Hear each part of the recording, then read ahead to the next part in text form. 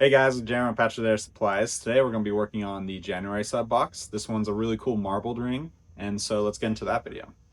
Every month, we dive into epic tutorials that break down everything you need to know to make awesome rings with your monthly sub box. We'll cover the tools, the materials, and techniques you need to turn your box into a one-of-a-kind masterpiece. Whether you're a first-timer or a pro, you're in the right place.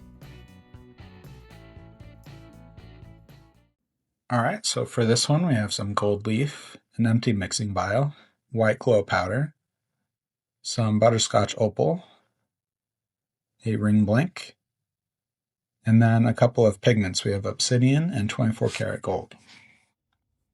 So the first thing that we gotta do is prep our materials. Here I am taking our butterscotch opal and crushing it up just to give a little bit of variation in size.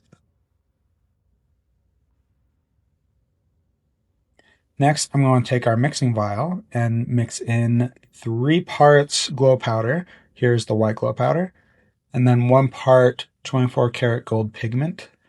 This ratio, I think, gives the best glow to color ratio. And you can just repeat that same mix ratio for the black pigment as well.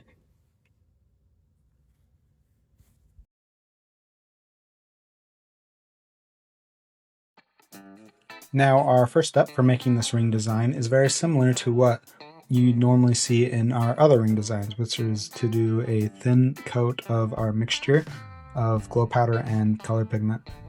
Usually this is a backdrop to our ring design, but in this case it's more of an infill than anything else. I in fact do 2 layers of our color pigment, and it doesn't really matter which color you go with at this step, you're not going to see it later.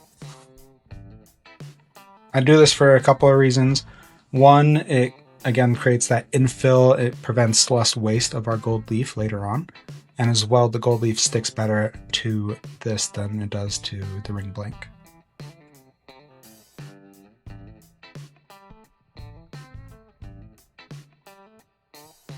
Once you have a couple of layers on there, you're just going to saturate the rest of that, prepping it for our gold leaf. Now, gold leaf is very tricky to work with in comparison to other inlay materials you might have worked with in the past. It's very flimsy, and even if you have something like a fan going, it'll just blow away, and it just sticks to everything. And so take your time with this. It takes a lot of practice to get used to working with it. What I do is I set a couple of sheets to the side of me and go 1 sheet at a time, kind of scrunching it into the inlay. You're really just trying to crumple it up and filling that inlay up as much as possible. You want some spots where there are low points for pigment to go into later, and then you want some spots above the lip of the ring so then it shows up in the finished design. What we're really going for here is kind of like a marbled stone look, where you'll see just some small veins of gold. You're not really trying to pack this thing chock full of gold leaf. You're just trying to create those little veins all the way around the ring as much as possible.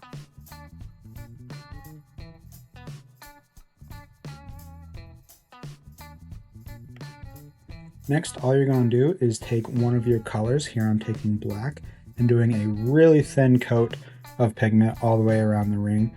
You can do that once or twice, and then you're going to alternate to another color like the gold color or straight white glow powder. And you're just going to layer each one of these colors one at a time, one after the other, until the entire ring is completely filled up.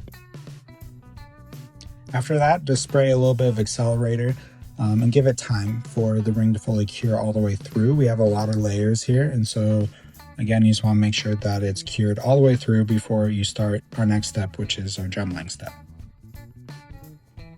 Once that is fully cured, we're just going to remove the excess material using a Dremel. Here I'm using an 80 grit Dremel drum. Since the ring blank is black ceramic, it's very scratch resistant, and so it's very easy to Dremel this down flush with the ring blank. If you want any further tips on this, please just let me know in the comments.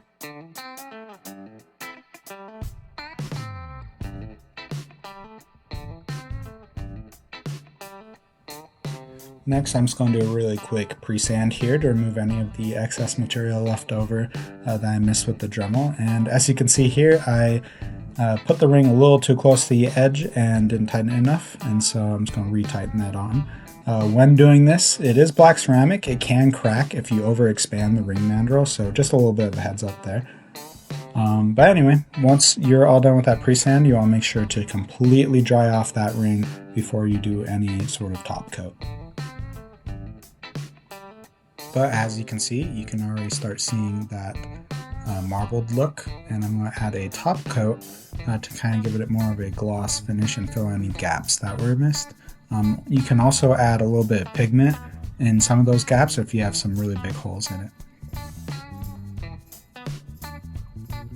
Now that it's fully cured, you're all ready to go ahead and get started with your sanding steps. As usual, I'm using 220, 500, 1000, and 1200 grit sandpapers. This is just what I use. If you want to go into more high grit sandpapers, you can go ahead and feel free to do so. That will remove any micro scratches in the ring, but for me, all the way up to 1200 is adequate enough for my purposes. And I think it gives a really nice finish to it as well, especially after we do a final polish.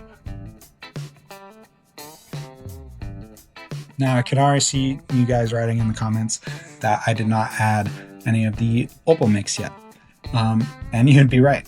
We decided after filming this video that adding the opal would make it a little more interesting and greater value as well to you guys. And so I created a version of that off camera that I will show you at the end of the video. But where you can add that is just right after the gold leaf.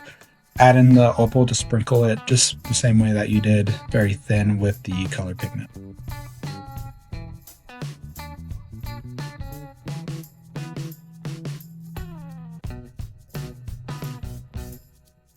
After the final polish, you can see our final ring turns out really beautiful. In my opinion though, I think I used a little bit too much gold leaf. I think I would like a little bit more black in there to give more of the stone look. But that's the cool part about being the ring maker, is that you decide what it looks like, and through experimentation, you can really dial it in. I'd love to see your guys' designs on our Facebook page. Please send them there, and thank you guys for watching another video. I'll see you guys next time.